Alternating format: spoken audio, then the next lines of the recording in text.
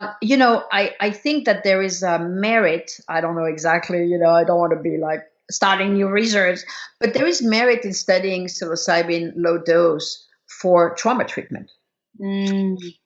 Totally, because it's so embodying, and I think that it's actually it has different but as valuable merit as MDMA for trauma treatment, PTSD treatment. Different, very different, but nevertheless very, very, very valuable qualities.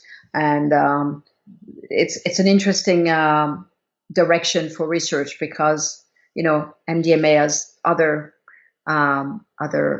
aspect to it with the amphetamine in it that is also a different ingredient that can be challenging to some people, where psilocybin doesn't. So very interesting. I have thought that before, actually. Also because of I suppose with MDMA there's kind of a limited number of time, that I think in a way the safety profile of psilocybin might be a little bit preferable. Yes.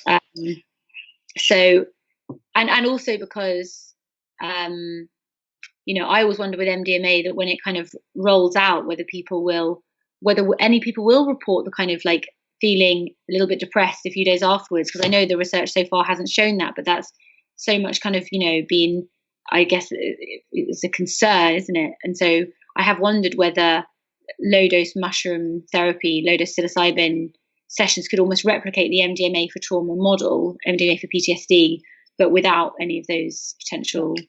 Right. I mean, we all know, of course, we are very aware of the effect of MDMA on the amygdala, and there is a very specific physiological impact that we can deny that psilocybin does not provide.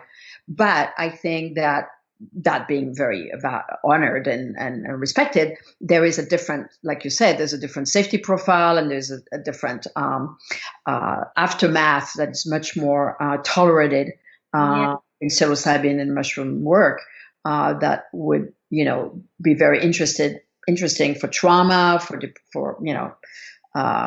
PTSD, that people don't have the risk of being depressed afterwards. I'm not quite sure. I should talk to their team about that piece, to see how they find that being, how important is that post journey effect impacting the people or not.